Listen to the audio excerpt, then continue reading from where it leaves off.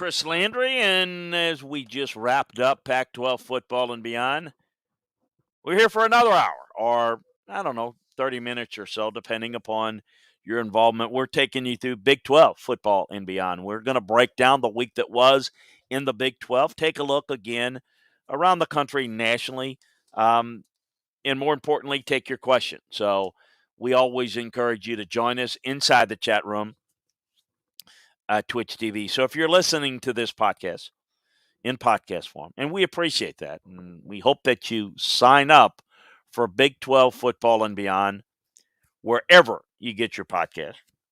Also, sign up for the Landry Football Podcast. Sign up for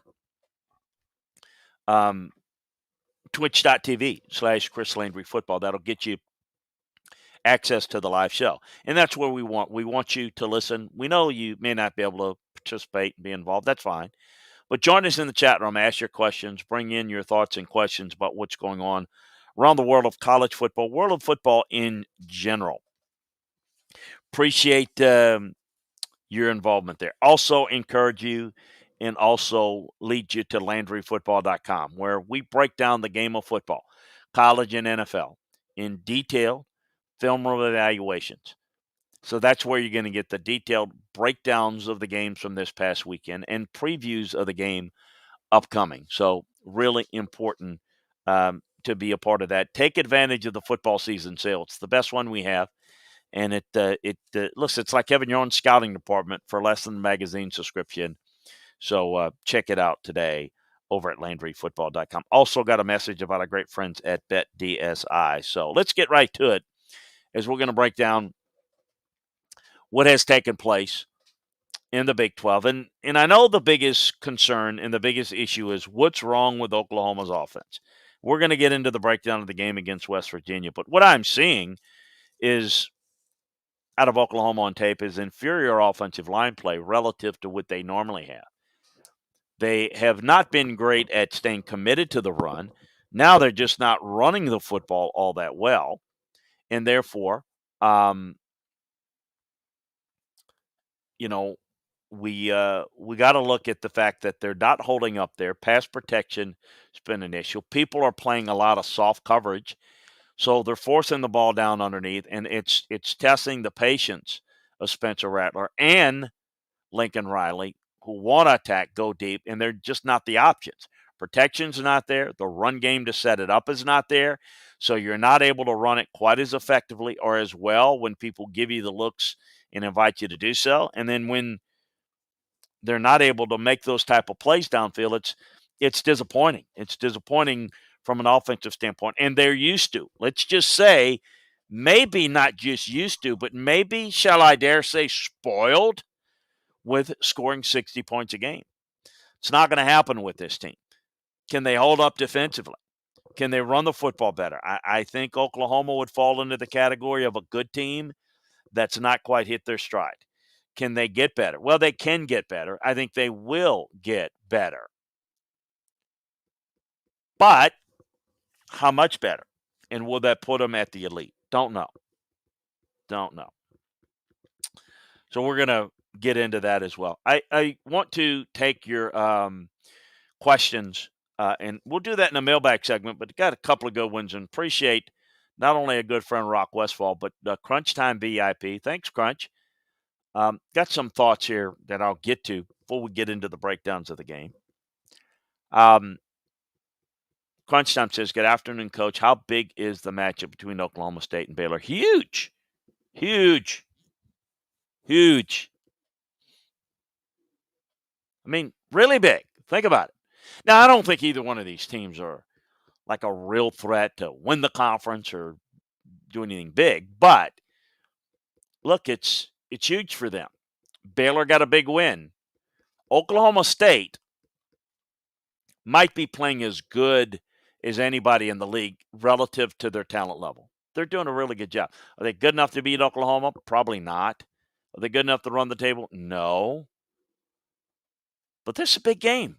I got it down on the list, and I mentioned that there are a couple of games that I think are unique. Rock has a comment about Gary Patterson. Look, I think Texas TCU is really good. I don't. Let me just say this. I know this. There's a love take. I don't like to go with the grain, but I don't like to go against the grain just because going against the grain is the thing to do. I don't get into all that. I see what I see, and I believe my eyes have been trained to look at it a certain way. I think Texas is good. I know they got whipped. Their Fanny got whipped big against Arkansas. That maybe is more about Arkansas, and we'll see, than Texas. Texas is playing well. They're beating people they should beat soundly. And I am really thinking under the radar game is that Texas TCU game in the first window. I do like Gary Patterson. Um, I think he's done a good job. I think he had a team that maybe was a little bit more expected of him this year. We'll see how it plays out. But that's an intriguing game. But Oklahoma State, Kansas State, um, Oklahoma State, Baylor, and Oklahoma, Kansas State are other big games in the league.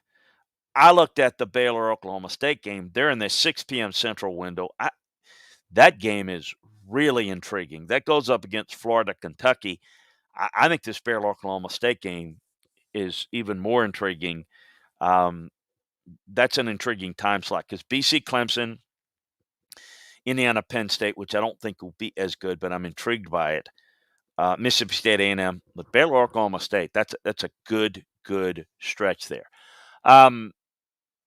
Rock Westfall says, I respect Gary Patterson as TCU GOAT and a K-Stater, but the SMU antics, poor defense, and declining record since are concerning. Is he feeling the heat? I don't know about feeling the heat. Maybe I was a little,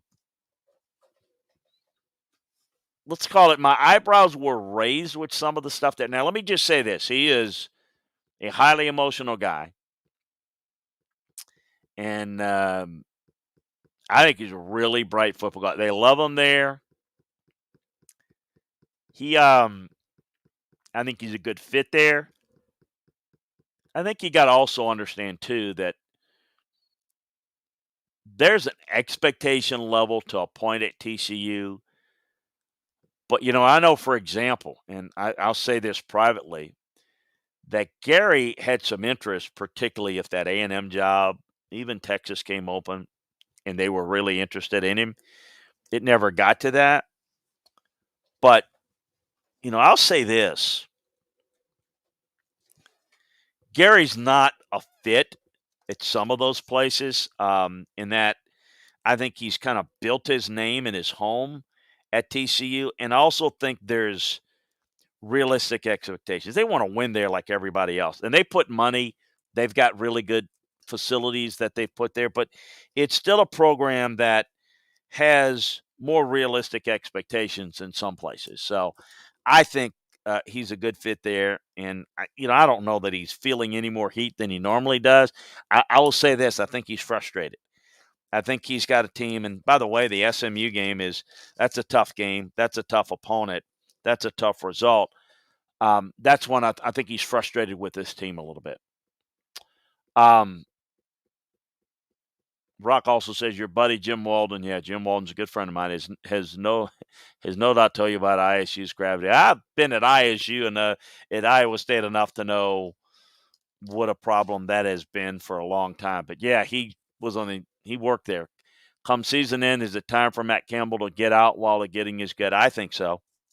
I absolutely think that Matt needs to look at that. That you're not in the Big 12 anymore. I mean, you are, but it's not the Big 12 of old. And look, I will say this, it's a disappointing year. And you say strike while he's hot.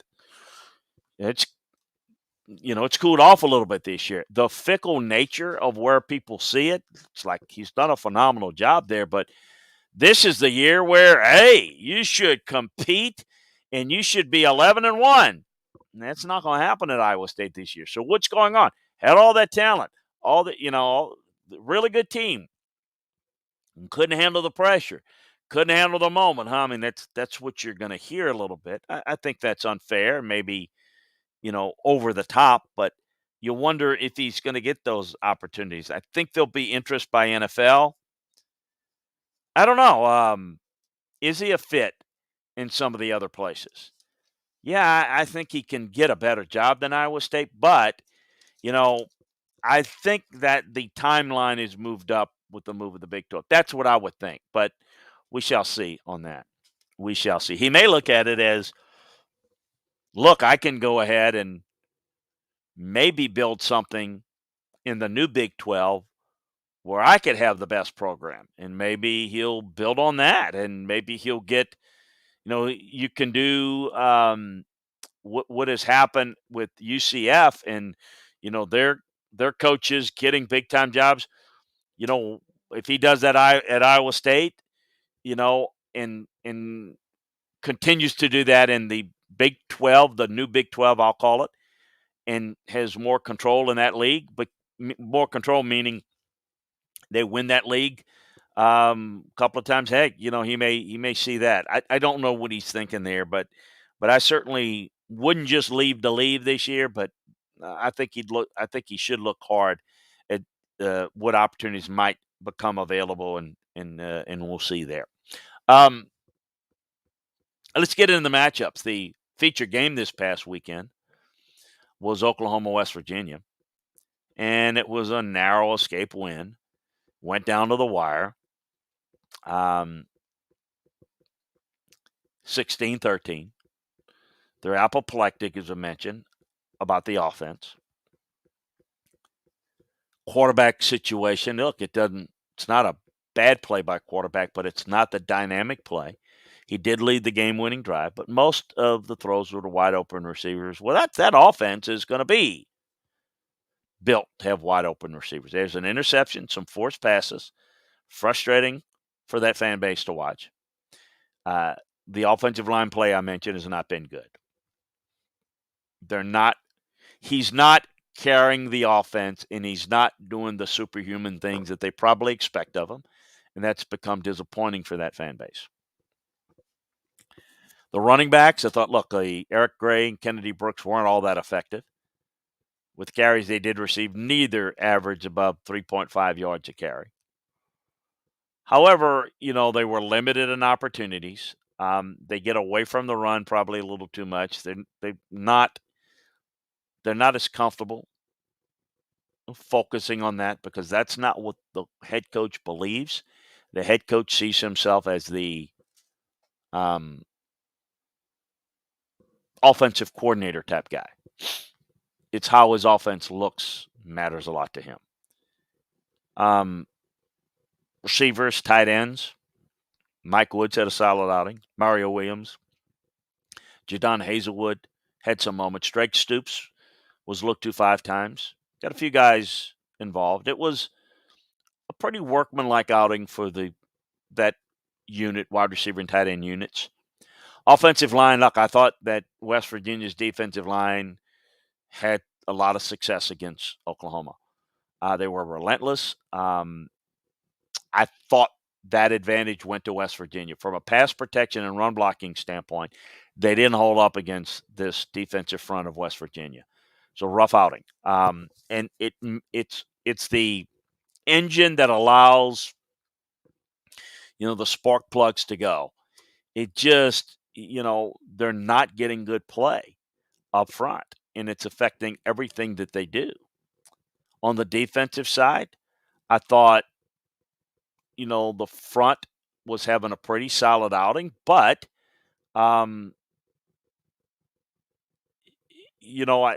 just think that look, they held West Virginia in to a reasonable output, opportunities. They played well enough. I thought the linebacker play was pretty good. I thought Asamoah was really good. The secondary and Delarian Turner-Yell, very productive. Pat Fields had a really good game. West Virginia only got 180 yards through the air. It's a solid performance there. For West Virginia, they blitz a little, and when Rattler was under pressure, he dropped. And under pressure, he struggles. Clean pocket, different. He's not getting clean pockets to throw from. It's the biggest thing that if you want to say what's wrong with Spencer Rattler, less clean pocket throws, and while their receivers are still getting open to a large part, they're not getting open quick enough for him to set his feet because the pocket's getting muddied a little bit more. The Mountaineers went about 50-50 run pass on first down.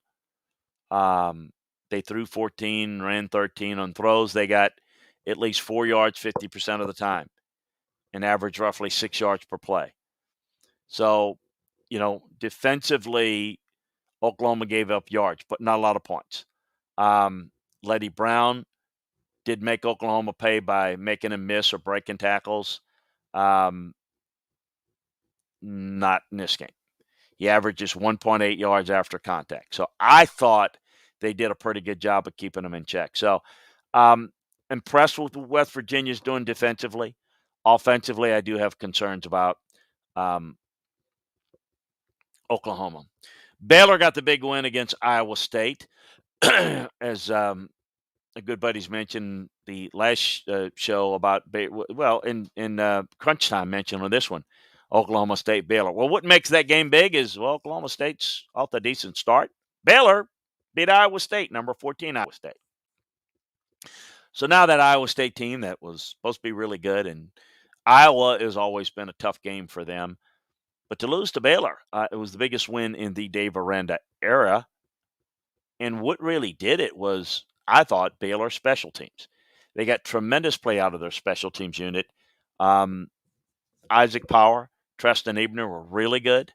The punt return during the game was really good. They flipped the field on Baylor's favor on 4 different occasions. One of Power's punts was muffed by Iowa State. But the Cyclones really struggled in this part of it. I thought that's where the big advantage was. Power's leg was really good. They returned 3 kickoffs, good field position. Penalties still an issue for Baylor. They didn't play a clean game. They struggled with penalties all season long, no different. 9 penalties, 100 yards. Iowa State only had 3 for 15. So to me, this game was lost by Iowa State in the kicking game. For Baylor, Terrell Bernard could miss some time. Got injured against in this game. Left the game in the second quarter. I thought it was a good performance, a special teams-oriented performance, as I've enumerated. I thought that was the difference in the game. I thought 3 plays in particular on special teams cost Iowa State this game. Outside of Andrew Mevis, 3 made field goals, special teams were an issue for the Cyclones. They didn't find any consistency punting the ball. Really poor job in kickoff coverage. If you can remember, it killed them in the Louisiana Lafayette game at the beginning of last season. That killed them. And this is something you don't normally see. This is a team that plays well on both sides of the ball, and they've just not been real clean for the past couple of years consistently on special teams. Starting on the punting front, senior punter Corey Dunn averaged 35 yards a punt. First was low, tipped. Baylor had it on their own 44-yard lines. It went to score for a touchdown. Dunn's second punt, 49 yards. Third punt came from his own end zone. Line drive fielded around midfield. Ebner returned a low kick 41 yards to the 11. Iowa State defense held Baylor, but a made field goal turned into an 8-point game, which meant Iowa State had to felt like they needed to attempt a 2-point conversion to have a chance to tie the game. And in an 8-point game late, you're going to go for 2.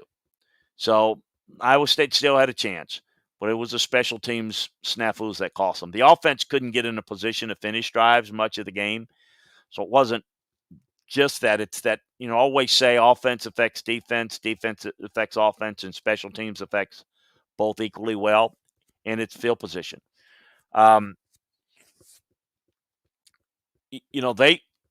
Iowa State had some chances on offense. They couldn't get close enough to punch the ball into the end zone. They were able to move the football pretty well on the final drive. They scored a touchdown on the opening drive, went 75 yards, 10 plays, didn't do much after that. They created some chunk plays. There were some penalties by Baylor too. And I just thought that Iowa State left plays on the field. Offense left plays on the field. special teams particularly. So that 5 drives Iowa State did that ended between Baylor's 30-yard line and Baylor's 21-yard line. Baylor's defense deserves some credit, but I thought that Iowa State really did a poor job. It was an uncharacteristic half on defense. They entered the game with the best defense in terms of total yards in the country. Has done a really good job. Rush defense is particularly stout. The first half, the defensive unit put in harm's way by the defense. It's a lot of problem. Baylor offense was able to hit them for chunk plays. I thought Bohannon had plenty of time to make plays. I thought the defense of Iowa State bounced back in the second half, but I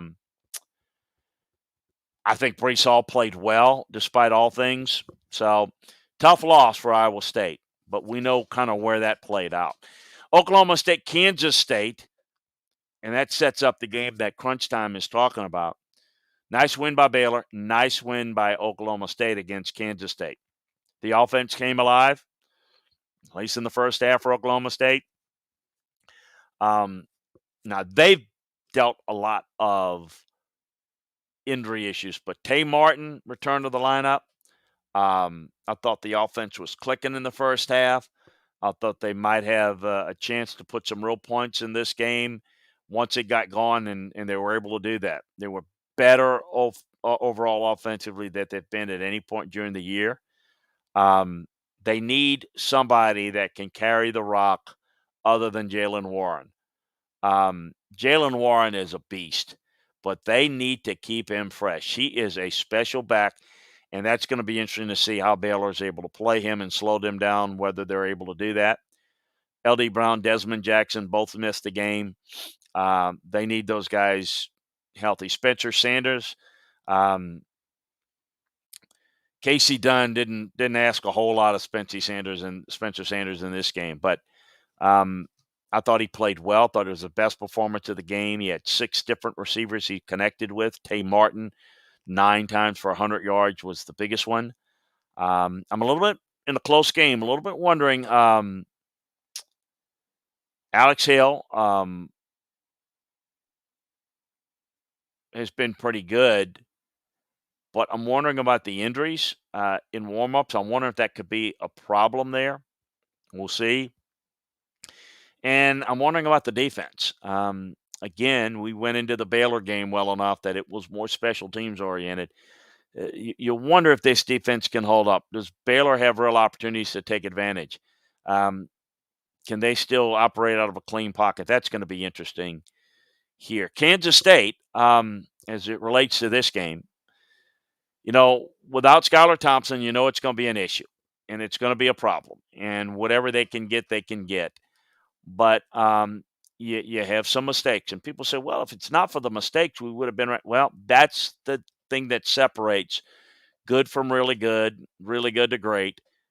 An offensive fumble off a bad snap. It gifted Oklahoma State a touchdown, but they look outmatched most of the night. I think this was a game that looked to be a little bit more lower scoring, but because of the mistakes and the advantages, Oklahoma State just kind of took care of it. I thought Kansas State needed to go in and provide some different looks and a lot of different motions pre-snaps. It didn't happen. It was it's pretty obvious that they're trying to keep it simple execution, not do a whole lot.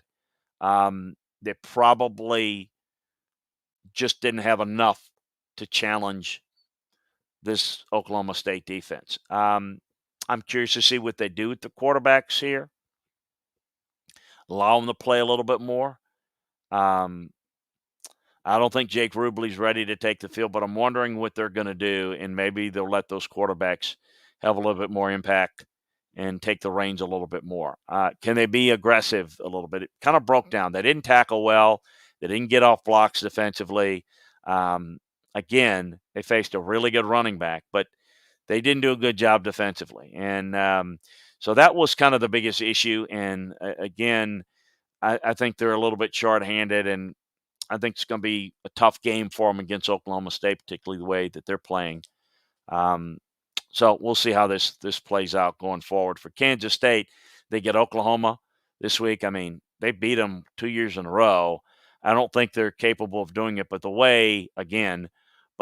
the way that Oklahoma's playing, I don't think they're going to put people away like they used to. So this is going to be interesting. A line of scrimmage game. You think that Oklahoma should be able to take care of it, but it's going to be interesting to watch. SMU, as Rock was mentioning, referring to TCU and going down to SMU and losing. No, it was at TCU. I'm saying going down meaning loss.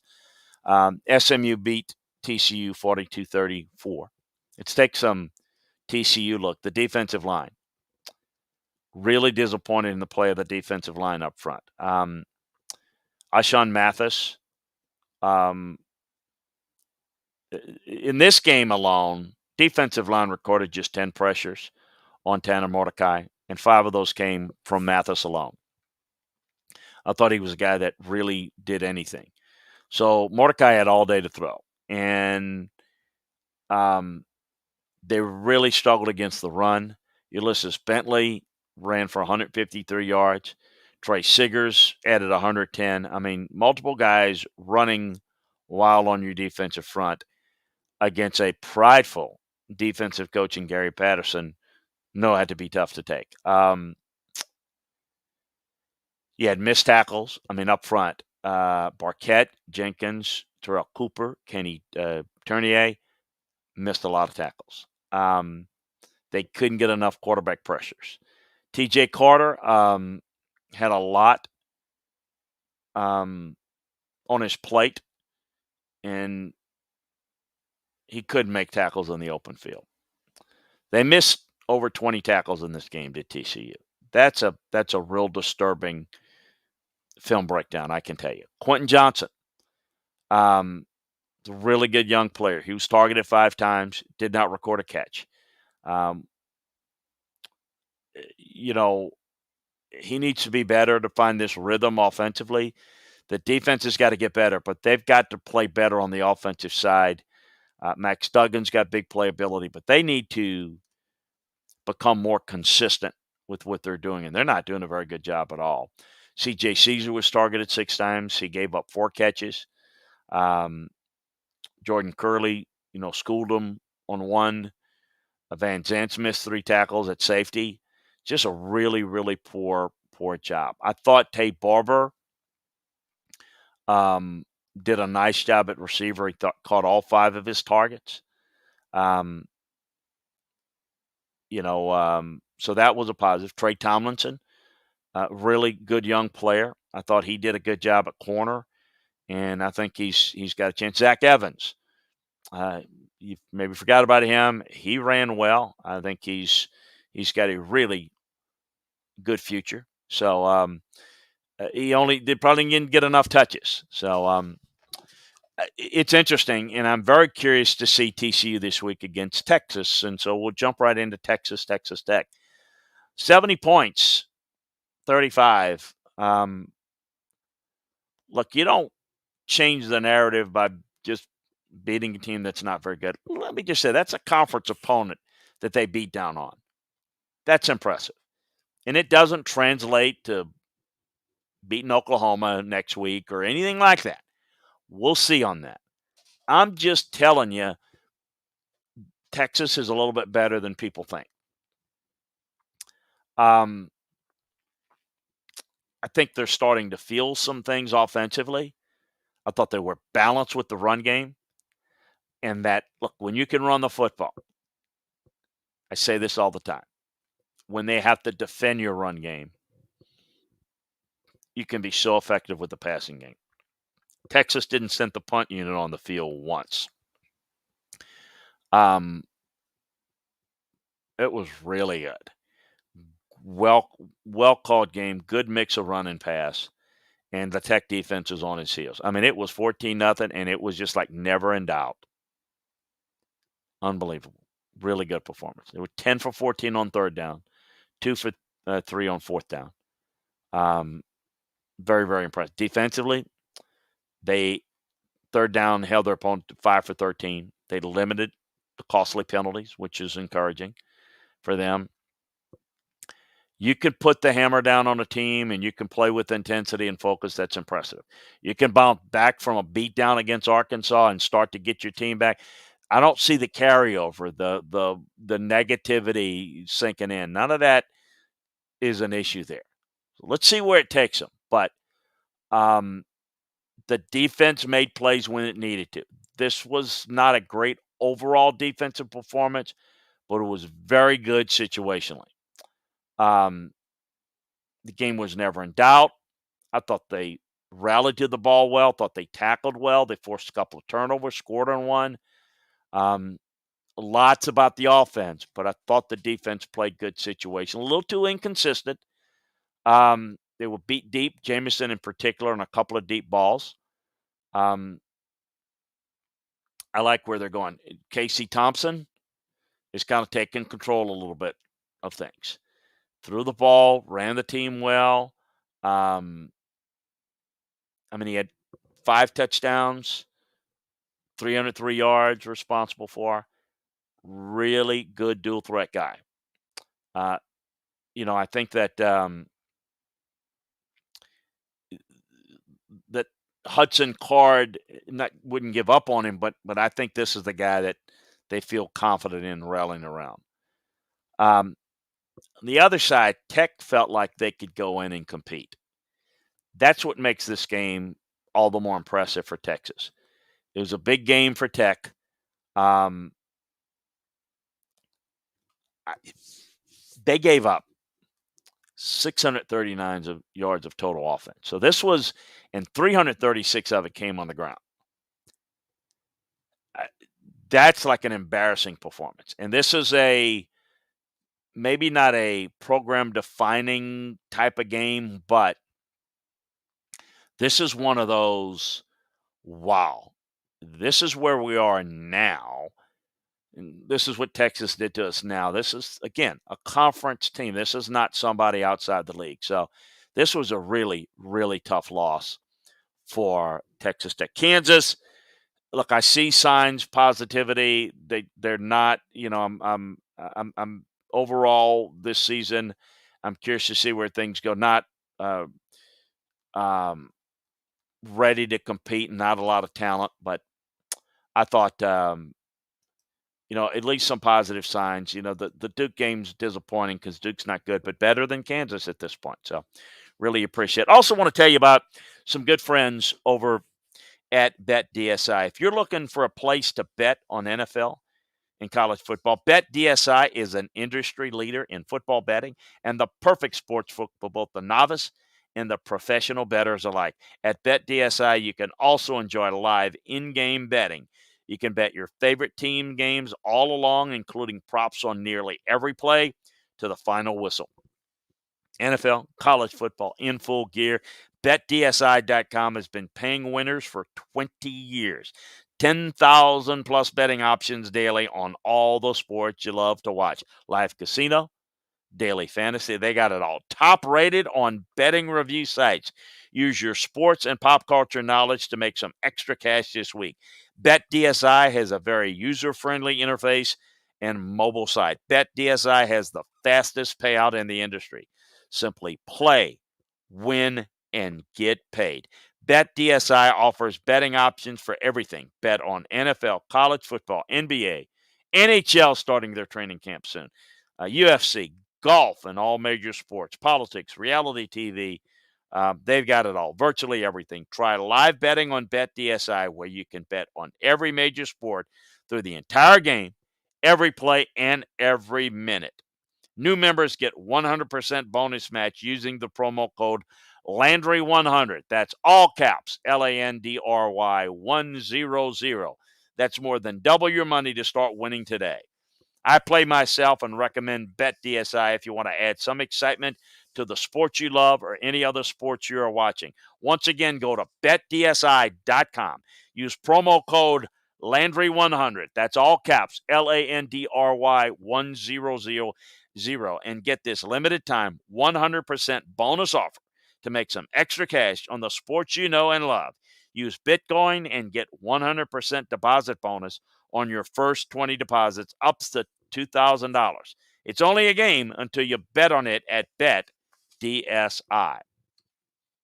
So, before we get into the chat room, for any further thoughts. Here's the action the week in the league. We talked about a couple of them. Baylor, Oklahoma State is certainly a headliner. Iowa State's got Kansas. Kansas State, Oklahoma. TCU, Texas. Texas Tech, West Virginia. So that's the look around. And again, I do agree that Oklahoma State, Baylor.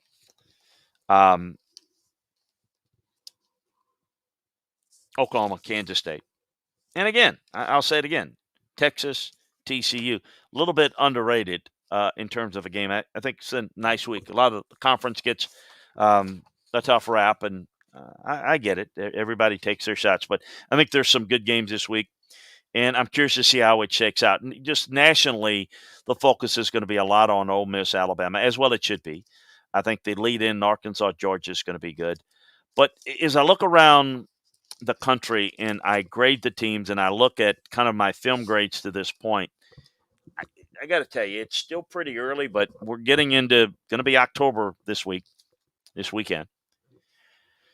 There's a separation, Georgia and Alabama, and I just think there's a bunch of good teams, and I see two that look playoff caliber, and I see a bunch of others to try to figure out who could be the other two. And with the ACC likely out, is Iowa State going to take the entire Big Ten out, or are they going to stay in the mix? I say they stay in the mix. Is Oregon going to keep the Big 12 alive, or are they going to fall out? And is Oklahoma going to keep the Big 12 alive? I mean, those are Oklahoma, Oregon, and Ohio State still in the mix.